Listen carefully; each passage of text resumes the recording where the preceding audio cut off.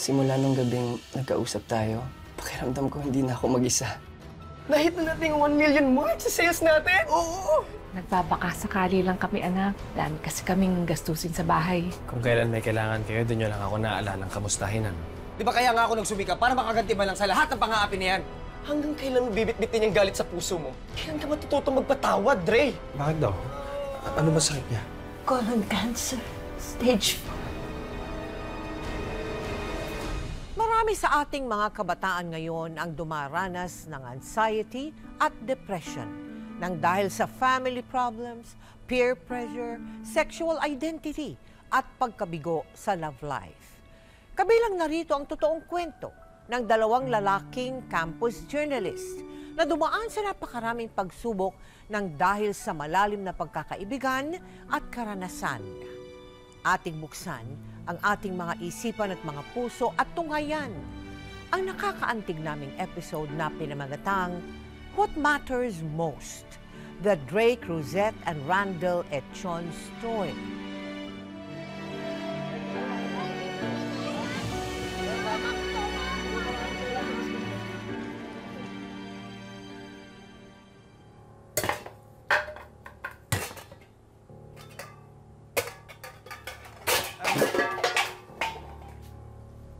Hoy! Bumangon ka nga dyan. Magsahin ka! Hindi ko siya naasikaso yung pagsahin. Pag uwi ko kasi kanina galing school, giniginaw ko kasi ako para akong tinatrangkaso, Chong.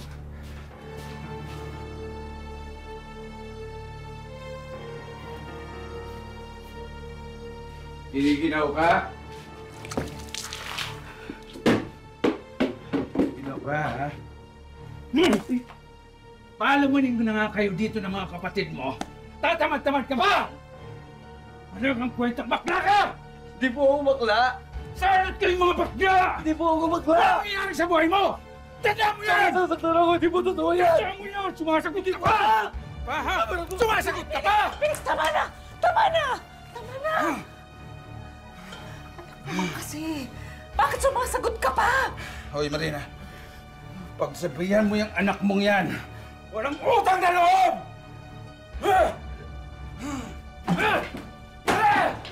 Testing buhay ko! Tama na, tama na!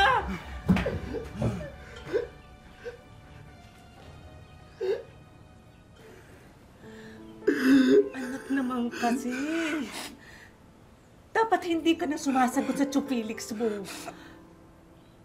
Siya bumubuhay sa atin. Anak niya, mahal niya tayo. Mahal! Mahal yung tinatawag mong pagmamahal. Iniwan nga tayo ni tatay, di ba? Tapos yung sarili kong nanay, hindi man lang ako mapagtanggol. Buong buhay ko kamo, hindi ko pa nararanasan yung totoong pagmamahal. Hindi ba? Bakit ganun ba?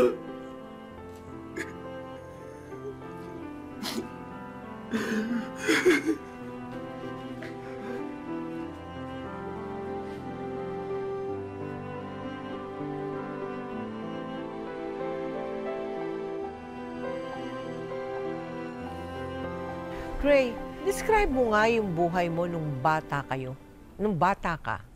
Siguro po kami po yung typical definition ng isang happy family. Not until naghiwalay po sila mama. Nasa bandang 4 years old po ako nung nahuli ni mama si papa na may ibang babae po. Tapos napilitan po silang maghiwalay. Tapos kami pong 3 magkakapatid kay mama po napunta. Patuloy kayong sinuportahan ng father mo. Yun po yung mas masakit kasi iniwan na nga po kami ni papa pero kahit isang beses di niya po kami yung 3 sinuportahan. Tapos literal na dumarating yung araw na wala po talaga kaming kinakain kasi hindi po sapat yung kinikita po ni mama. Ilang taon po namin tiniis yun. Tapos nakilala niya rin po yung stepfather ko po. Tila hindi ka naging maligaya doon sa stepfather mo, di ba? Mas nag-suffer po ako sa verbal and emotional abuse sa stepfather ko.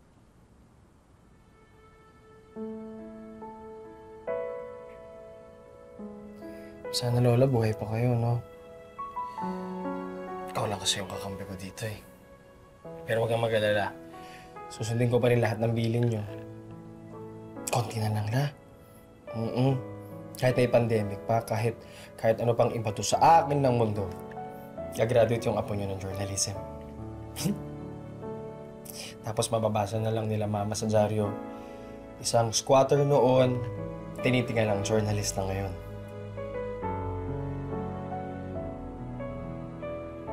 Isang batang inaapi noon, tinitingala na ng mga nanakit sa kanya noon.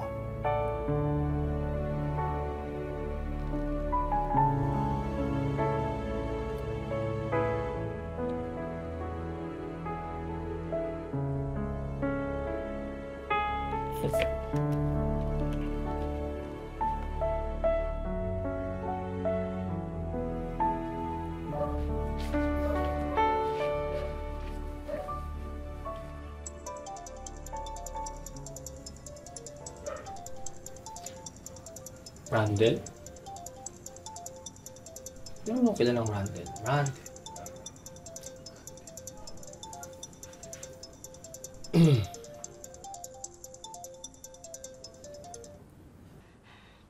Hello, gising ka ba? Kailangan ko lang ng kausap. Panic attack. I'm sorry. I'm sorry. Naistorbo ba kita? Nakakahiya kasi I know na hindi tayo magkakilala personally. Pero ikaw lang kasi yung online sa contact list ko. Hindi ko na kaya. Gusto ko nang lumabas. Gusto ko nang magpasagasa sa sasakyan. Hoy, ang papasagasa, ikalma mo nga yan. Sa akin ka tumingin, sa akin. Dito lang. O, tapos huminga ka ng malalim. Huwag ka papasagasa. Sorry. I'm sorry. It's okay. Calm down, calm down. May bintana dyan. O pag may bintana dyan, doon ka sa bintana. Kung may bintana, o ano ka muna, hinga ka muna, sabay ka sa akin. I'm here. I'm here. I'm here. Inhale. Exhale. Isa pa. Inhale. Exhale. Ano na? Feeling better now.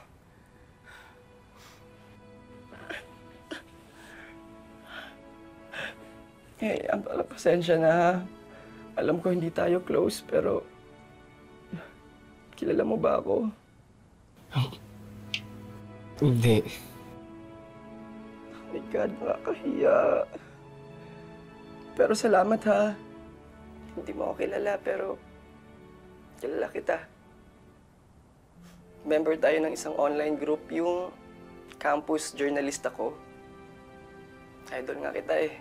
Sabi ko nga, sana gaya mo rin ako na achiever rin. Pero ako, tumigil na ako sa pag-aaral. Kasi, parang huminto yung buhay ko. Mamatay yung ate ko. I'm sorry to hear that. Sana hindi mo rin maranasan na mamatayan ng mahal mo sa buhay. Kasi ang hirap. Ito naman kung mag-chika, akala mo naman, ikaw lang may hugot sa mundo. Total, chumika ka na. Ako naman ang chichika, ha? Simula nung iniwan kami ng papa ko, pinapangasawa yung mama ko. Mas malupit. Parang araw-araw akong namamatay.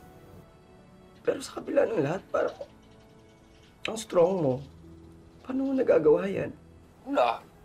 Siyempre, babangon ka lang sa hukay ng paulit-ulit. Parang zombie. Zombie talaga? Bakit? Ikaw gusto mo maging zombie?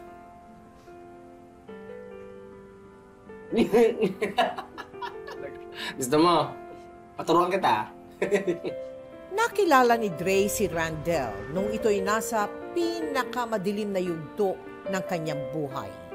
Bagamat hindi pa sila nagkikita ng personal, hindi inaasahan ni Dre na ang isang gabi ng kanilang pag-uusap sa cellphone ay mauuwi sa isang malalim na pagkakaibigan.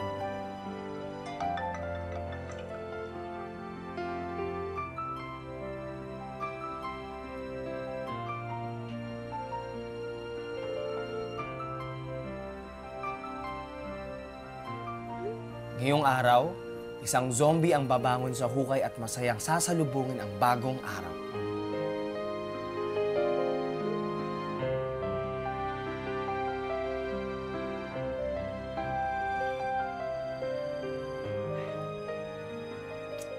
Good morning, universe! Ngayong araw, isang zombie ang hahalik sa kanyang pinakamamahal. Oh! May kailangan ka siguro, no? Oo, Ba't ka naglalambing? Wala lang. Gusto ko lang...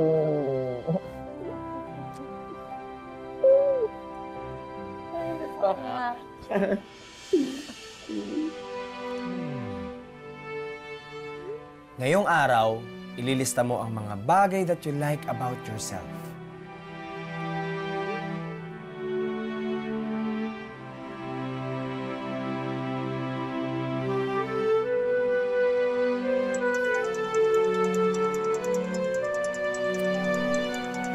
Sandali lang.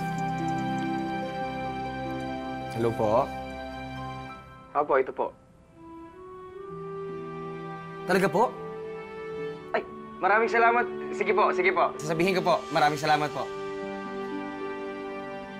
Kasi ang dami ko kasing message tsaka in-email. Finally, may clinic na sumagot. Tapos nag-offer daw sila ng free check-ups, tapos therapy for mental health-related cases. Del, gagaling ka na. Del. Del, narinig mo ba yung sinabi ko?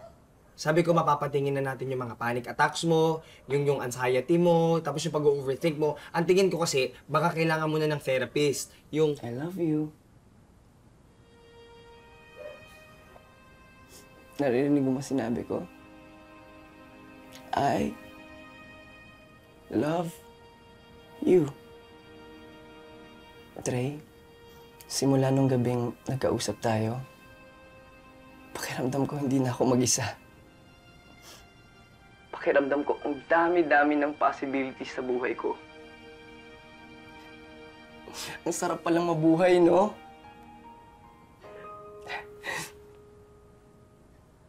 Hindi mo ako tinuruan maging isang zombie. Pero tinuruan mo ako maging tao. Pinatibok mo ang puso ko. At alam ko, at ramdam na ramdam ko, na yan din yung nararamdamang para sa akin. so inassume mong bakla ako? Dre?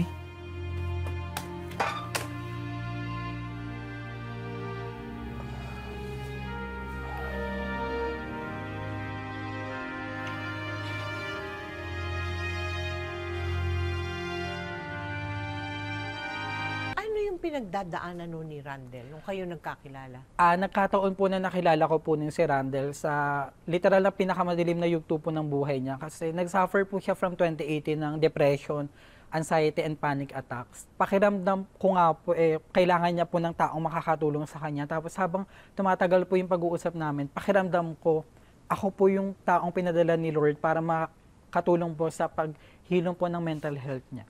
Okay. Sobrang thankful niya po nun sa akin kasi nang dahil daw po sa pagdating ko, gumaling po siya mentally and emotionally. Tapos nagkaroon po siya ng ganang mabuhay. Pero kung titignan ko po siya on my deeper perspective, ako po yung mas natulungan niya kasi habang tinutulungan ko po siyang mangarap, ako po yung mas nakaroon ng lalim at kabuluhan yung mga pangarap. Yung mga moment po na sabi niya, tinuruan ko po siya na maging matapang. Pero deep inside, ako po yung mas naging matapang nun. Tapos, tinulungan ko po siyang makilala yung sarili niya. Pero yung totoo, mas nakilala ko po yung tunay na ako. Gulong-gulo ang isipan noon ni Dre. Kaya minabuti niyang huwag munang kausapin si Randel sa cellphone man o sa social media. Ang hindi niya batid, lubos na dinamdam ni Randel ang pag-ignore at silent treatment sa kanya ni Dre. Hanggang sa...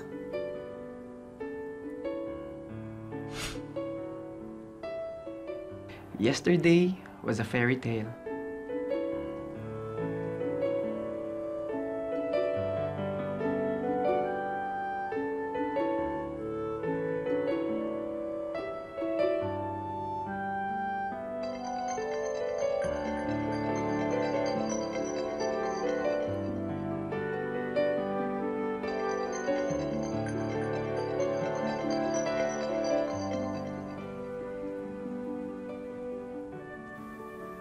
Thank you, Dre, na sinagot mo ako, ha.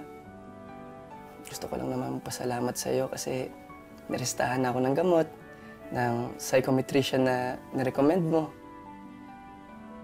Tsaka, sobrang laking tulong niya sa akin. Eto nga, oh.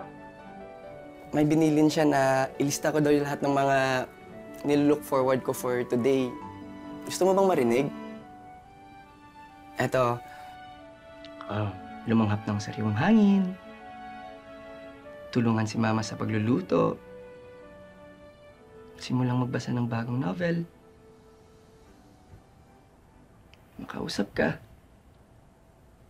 Dre, miss na kita. El, tama na. Tigilan mo na to. Hindi, Dre. Tigilan mo na to. Yung pag-iiwas mo sa akin. Yan hindi mo pagpapakatotoo. Dre, ramdam kita. Naduduwag ka lang. Alam mo ba, nung simula kaming tumira sa stepfather ko, wala siyang ibang pinamukha sa akin. Kundi mahina ako, wala akong mararating sa buhay. Kasi bakla ako. Dahil hindi ako papayag nung dumating yung araw na yun, na pagtatawanan niya ako kasi tama siya. Hindi mangyayari yun. Eh di patunayan mo mali siya. Ha? Dre, naniniwala ako sa galing at determinasyon mo. At alam ko, sa dulo ng lahat ng to, tatagumpay ka. Kaya sana naman huwag mong kalimutan ang sarili mo. Yung totoong ikaw. Sa loob ng maikling panahon, pinaramdam mo sa akin na may halaga pala ako bilang isang tao. Na mahalaga pala ako sa'yo.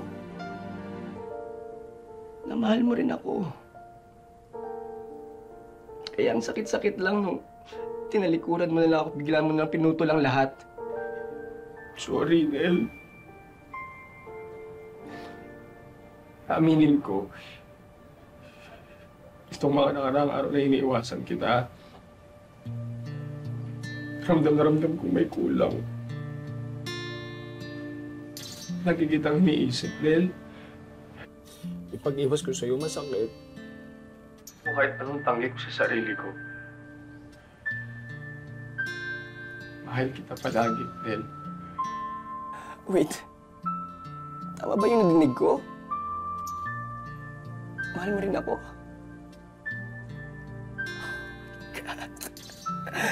So, ibig ba sabihin nun, boyfriend na kita? Natatakot ako, Del. Dre,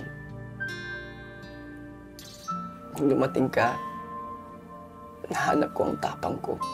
Kaya kung ipaglalaban natin itong pagmamahalan natin, kahit anumang dumating na unos, kakayanin natin. I love you. Nasundan pa yun ang araw-araw nilang pag-uusap sa cellphone at sa online. Kaya lalo pang lumalim ang kanilang pagmamahalan kahit hindi pa sila nagkikita.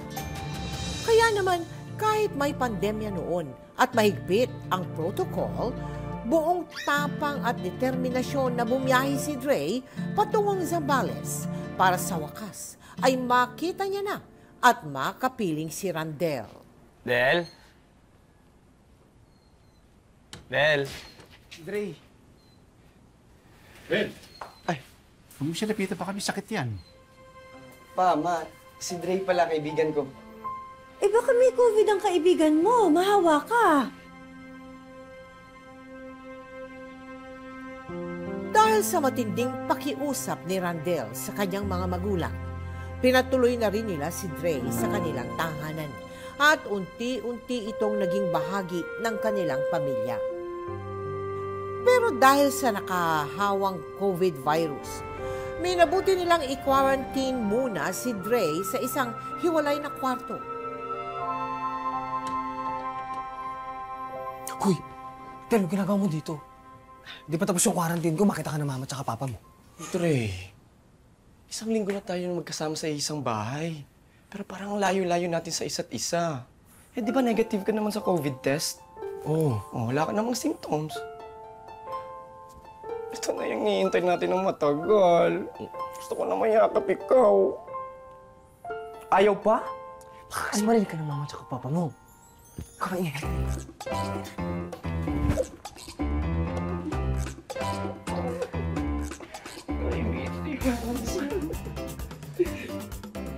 Mahal kita palagi, Del. Mahal din kita. Walang pagsidlan ang saya ni Dre nang tila nakatagpo siya ng totoong pamilya sa pamilya ni Randel. Pero dahil natatakot silang baka hindi matatanggap ng parents ni Randel ang kanilang relasyon, pinili nilang ilihim ang kanilang pagmamahalan sa kanya-kanyang pamilya. Hindi nagtagal, si Randel naman ang sumama kay Dre sa bahay nito sa Cavite.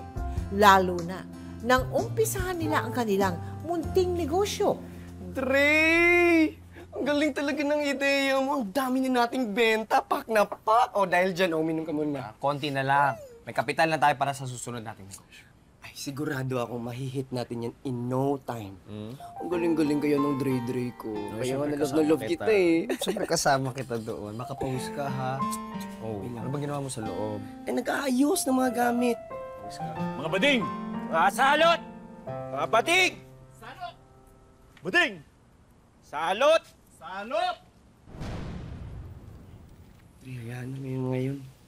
Wala namang ambag sa buhay natin yan. Yun na nga eh. Alam mo, isang kantsaw lang nila, ang sakit pa din. Alam mo, kahit anong sipag mo, kahit anong tinu mo, kahit anong klaseng trato mo sa kanila. Wala eh. Ang tingin nila sa mga kagaya natin, parang ebak pa rin talaga. Basta para sa akin, ikaw ang pinakamagandang nangyari sa buhay ko.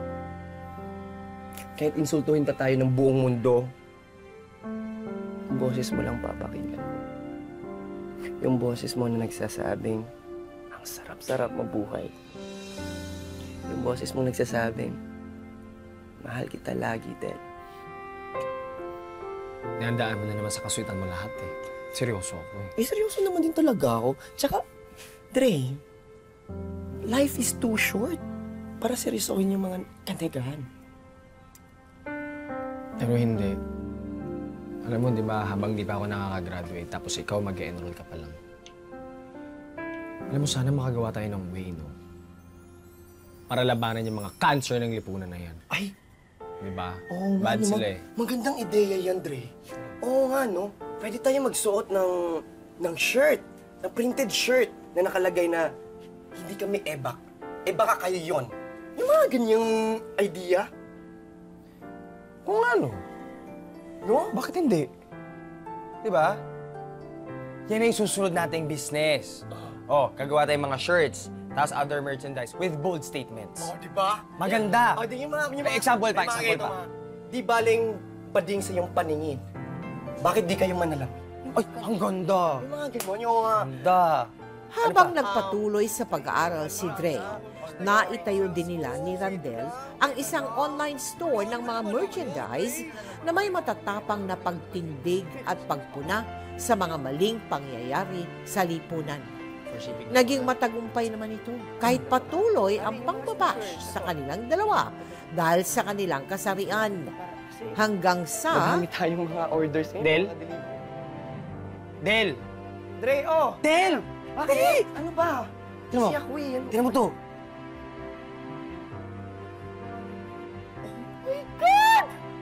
Totoo ba to, Dre? Oo.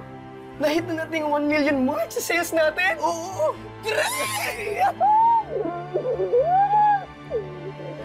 Bata-bata pa lang natin, pero milyonaryo na tayo. Dugot pawis kasi natin yung puhunan natin dito eh. Tapos lahat ng challenges na overcome natin. Yung mga pambabash, pangiinsulto, lahat yan. Dre! So, di ba parang ang bilis-bilis ng mga nangyayari? Di ka ba natatakot? Para tayo may nahabol, mamaya may kapalit to. Dre! Ano ang mga iniisip mo? Ikaw, ano, kailan ka ba mag-enroll? Ha? Dre, ayos na muna ako sa pagtutulong ng negosyo natin. Dre, anak, Ma? Anong ginagawa niyo dito? Mukhang asensado ka na.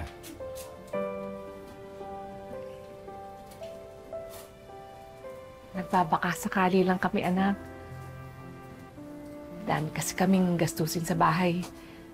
Tapos nawalan ng trabaho ang Tio Felix mo nung pandemic. Nakapagbenta na nga kami ng mga gamit.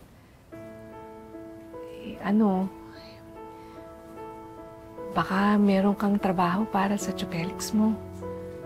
Kahit tagabuhat lang.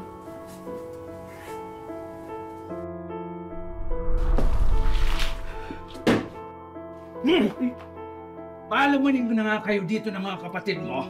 Tatamad-tamad ka ba? Wala kang kwentang bakla ka!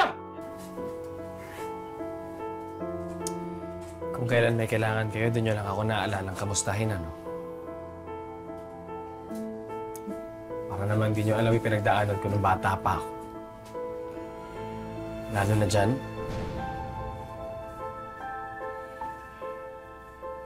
Pasensya ko.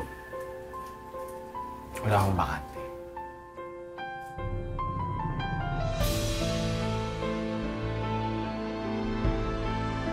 Nung una nga po, nung kabataan ako, motivation ko po, magsusumika po ako mag-aral para magtagumpay, tapos gagandihan ko po yung stepfather ko. Oo. Sipag naman. Pero late na, Dre. Hindi ka pa ba magpapahinga? Hindi, kailangan ko sa ibasa tong article na to eh. Para sa project ko. Eh, alam mo naman, graduating ako, di ba? Sipag talaga. Okay lang. Susunod ka na lang sa taas. Hindi nga naturog ko.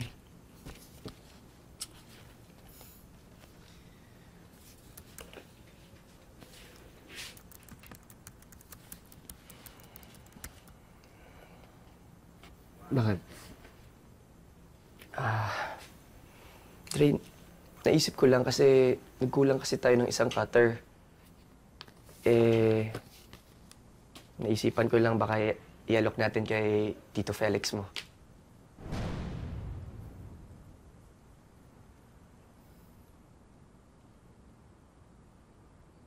Natulungan naman natin yung iba. Bakit hindi sa sariling pamilya mo? Nagpapadala ako ng pera kay Mama. Pre. Si Tito Felix, hindi ko yung pamilya. Kahit kailan din niya akong tinuring na sarili niyang anak. Dahil ano ba? Parang hindi mo naman alam lahat ng nangyari sa akin eh. Di ba kaya nga ako nagsumikap para makaganti man lang sa lahat ng pang-aapi na yan? Dahil ito na yun eh. Ito na yon. So, eto lang ba ang saysay ng lahat ng to? Maghihiganti? Para saan tong trophy mo? Etong lahat na naka-display tungkol sa negosyo natin. Ha? Hindi mo nga malagay ang picture ng sarili mong pamilya? Hindi mo magawa? Hanggang kailan mo bibit-bitin yung galit sa puso mo? Kailan ka matututong magpatawad, Dre? Eh, ikaw. Hanggang kailan iikot yung mundo mo sa akin, ha? Hindi, ayaw mo nga mag-aral eh. Wala kang pangarap para sa sarili mo. Alam mo, kung kakalimutan mo yung sarili mo para sa akin, maghiwalay na tayong dalawa. Dre, teka lang. Teka lang, Dre. Sasabi mo. Dre, teka lang. Pag-usapan natin to, Dre. Dahil wala kasing nangyayari sa'yo eh. Alam mo, mabuti pa umuwi ka muna sa inyo, magpahinga ka, mag-isip-isip ka, doon ka muna. Dre, huwag naman, Dre. Dre, please naman. Eh, paano pag naghiwalay tayo ng pansamantala, na-realize mo ayaw mo na makipagbalikan sa akin? Dre, hindi ko kaya. Dre, ayoko. Hindi ko kaya. Dre.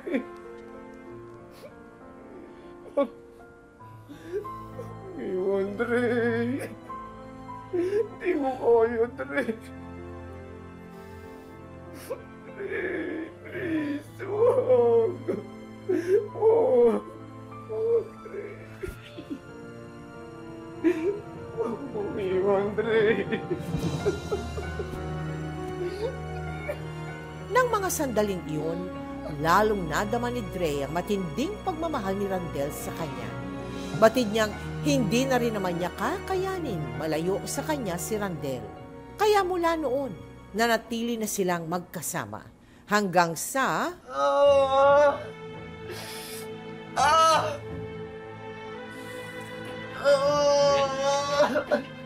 Del? Ilang araw na masakit yung tiyan mo, ha? Dahil, huwag dito ka lang, higa ka lang, higa ka lang. Saan ka sa hospital?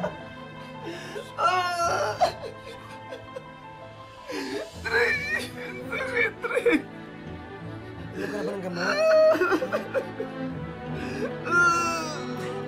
February 20 po yung unang beses po siyang na-hospital kasi hindi na po kinaya yung pananakit ng tiyan niya. Parang after 2 days po, dinala po namin siya sa ospital.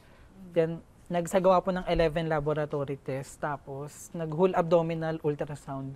Lahat po yung negative, kaya nagtataka po kami kung ano pong reason.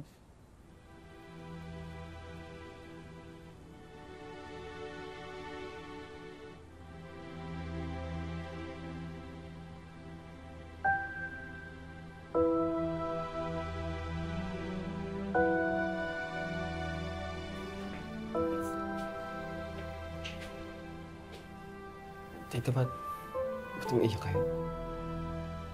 Si Randel, kailangan mong patahan. Bakit daw? May mga malaking bukol na nakita sa bituka niya. Pati daw yung baga niya. Atay, lapay. Apektado na rin.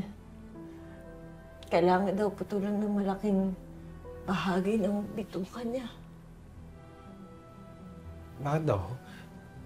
Ano ba sakit niya? Colon cancer. Stage 4.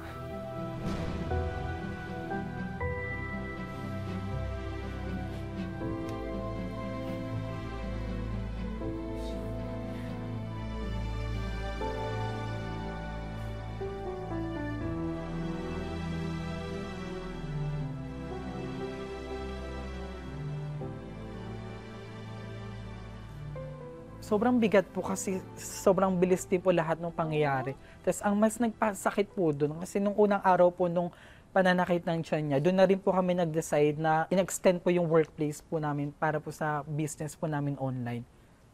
Kaya sobrang ganun din po yung ka-intense yung happiness namin dalawa kasi unti-unti natutupad po yung dreams namin. Kaya kabaliktaran, ganun din po kataas yung pain ng sakit kasi sobrang bilis po nung pangyayari.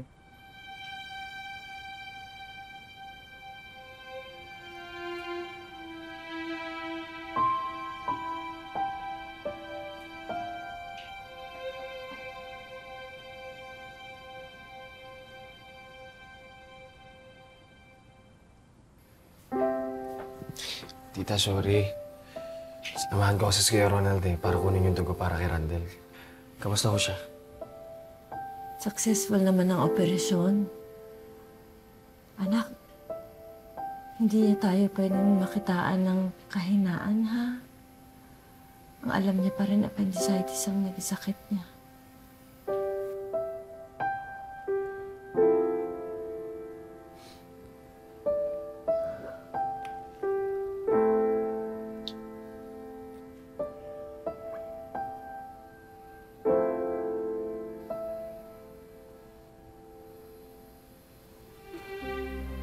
Mamalit yung buong katawan ko. Well, kapag magaling na yung sugat mo, uuwi na tayo, ha? Sa bahay natin.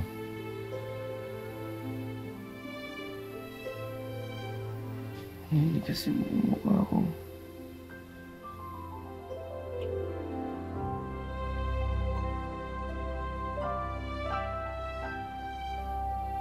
Okay. Salamat. Kasi kinompleto mo ko eh. Mahal na mahal kita. Mahal na mahalin kita. Mahal kita palagi. Dre, baka mamamatay na ako. Baka nagsasalita ng ganyan, Del. Tumigil ka. Kasi dapat. Kasi kinampleto mo buhay ko. Del, tumigil ka sa mga ganyan mo. Diba tatanda pa tayong dalawa? Pag matanda na tayong dalawa, aalalayan natin yung isa't isa kahit ubod-ubod na tayo, di ba? Di ba? Dahil hindi ka namin bibitawan. Huwag mo rin kaming bibitawan, ha? Lalaban tayo, kaya natin to. Uuwi pa tayo sa atin.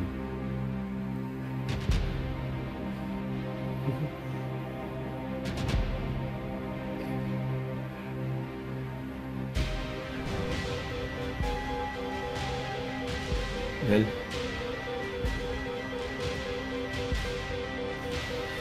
Del, gumising ka, Del. Del? Del, Doc! Doc! Del? Tuloy-tuloy lang po yun na bumababa po yung vital signs niya. Pabalik-balik po yung mga nurse. Bali, kabila ang kamay po, hawak po namin ang mama niya. Tapos po, nung time na 3 a.m. po, doon na po nag-start na mawala na po talaga paakyat po yung senses niya. Then 4 a.m. po nag-start, February 24 po, 4 a.m. nag-start na po yung mga doctor and nurse na i-revive po siya.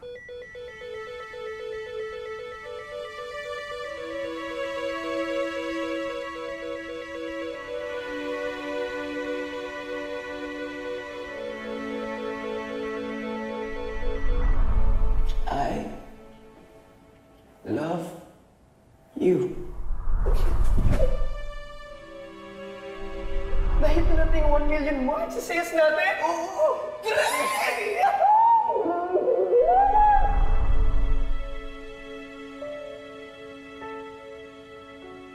I'm so sorry po. Time of death, 5 a.m. I'm so sorry for your loss.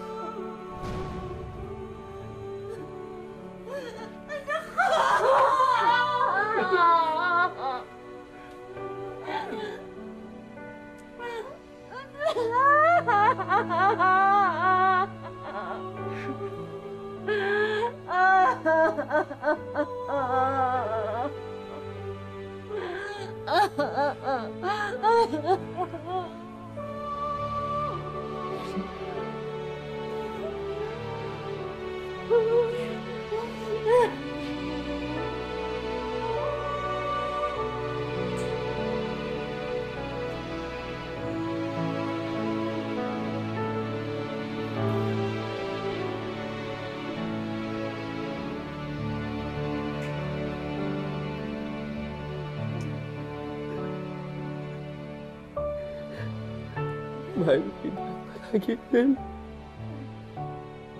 Pas ano po na exactly 5 a.m. po nang nawala na po siya.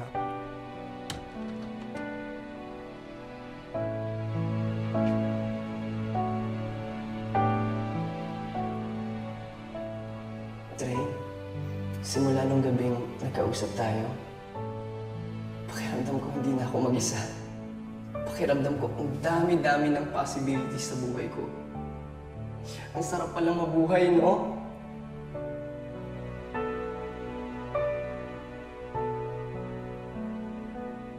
Trey, naniniwala ako sa galing at determinasyon mo.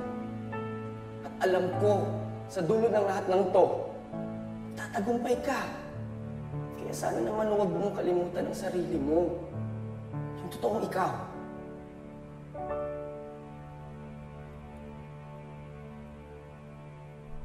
Basta para sa akin, ikaw ang pinakamagandang nangyari sa buhay ko. Kahit insultuhin pa tayo ng buong mundo, yung boses mo lang papakinggan ko. Yung boses mo na nagsasabing, ang sarap-sarap mabuhay. Yung boses mo nagsasabing, mahal kita lagi, Del.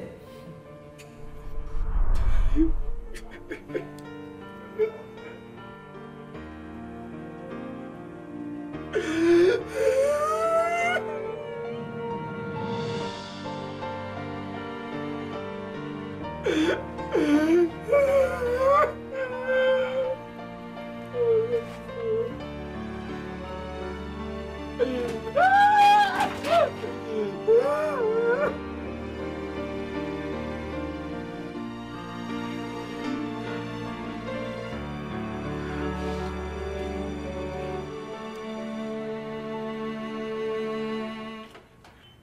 Kaya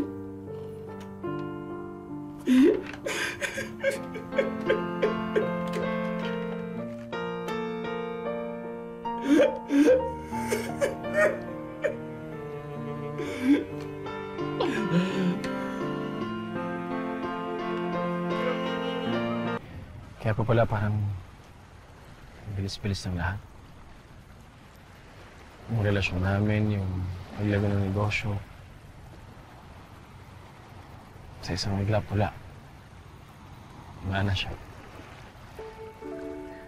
Di man lang ako nakapagpasalamat sa kanya.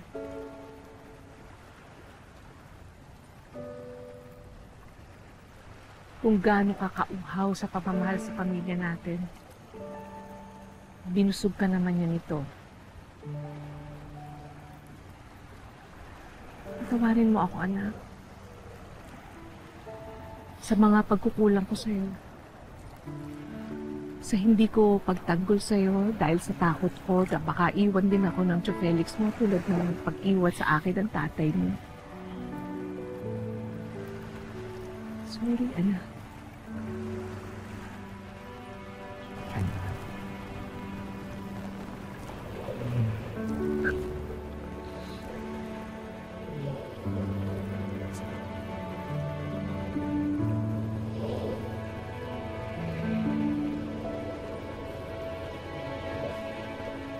Gray, anak, condolence.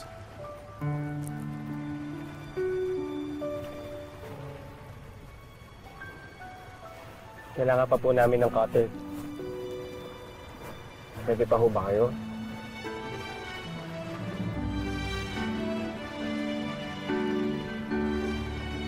Maraming salamat, anak.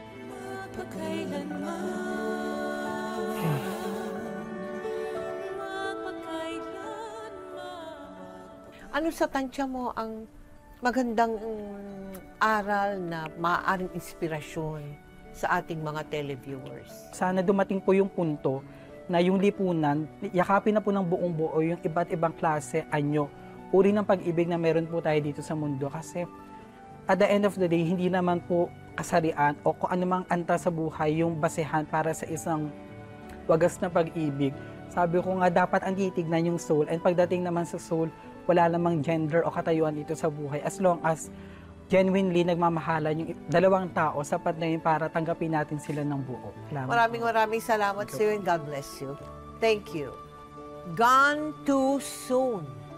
Yan ang madalas na sambitin kapag ang yumao ay batang-bata pa at malayo po sana ang mararating sa buhay. Kaya bilang isang ina, ang aking payo sa ating mga kabataan, magsipag-aral kayong mabuti.